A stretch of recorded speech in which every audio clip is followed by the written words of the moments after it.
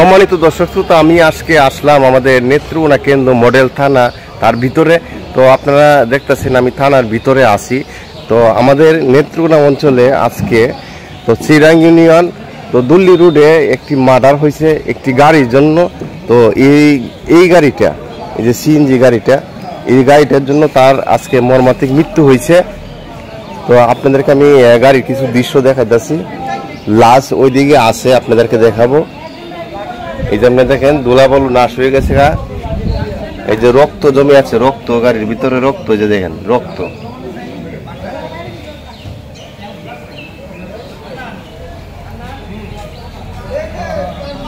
প্রচুর পরিমাণে রক্ত জমে আছে গাড়ির ভিতরে।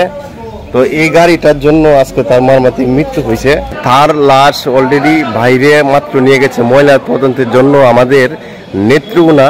তো নেত্রকোনা থেকে ময়না তদন্ত নিয়ে তারা যাচাই করে দেখবে যে কে অপরাধী।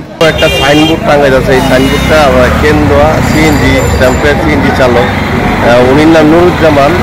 তো তার মৃত্যু হয়েছে, তাকে মেরে ফেলা হয়েছে। তিনি সিএনজি চালাইতো, আজকে আমাদের মাঝে নেই। তার পোস্টার দিয়ে একটু আগে মিছিল করা হয়েছে। এটা সিএনজি স্টেশন। তো এখান থেকে গাড়ি আমাদের নেত্রকোনা কলমাকান্দা আটপাড়া ইন্ডাস্ট্রি তারাইল, এদিকে কিশোরগঞ্জ ভৈরব চৌরাস্তা ময়মনসিং সব জায়গায়। তো এই গাড়িগুলো যায় সিএনজি, বিশেষ করে রাত্রেবেলায় যে সময় যায় তারা সতর্ক থাকে না, যায় আজকে এই পরিস্থিতি।